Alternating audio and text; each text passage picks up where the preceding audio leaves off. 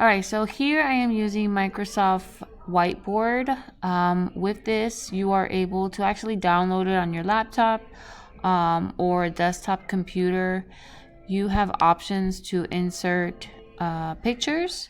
So in order to insert in picture, you can just go here where it has the picture icon.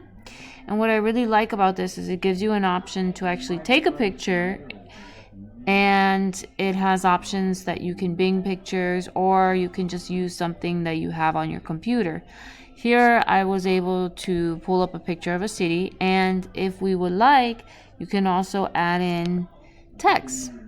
So right under here I can put tall building. Under the animal picture I can also add in over here animal. In this way, we're identifying the pictures that, or whatever concept we're trying to make. We can, remove it. We can tap on it. We can add to it.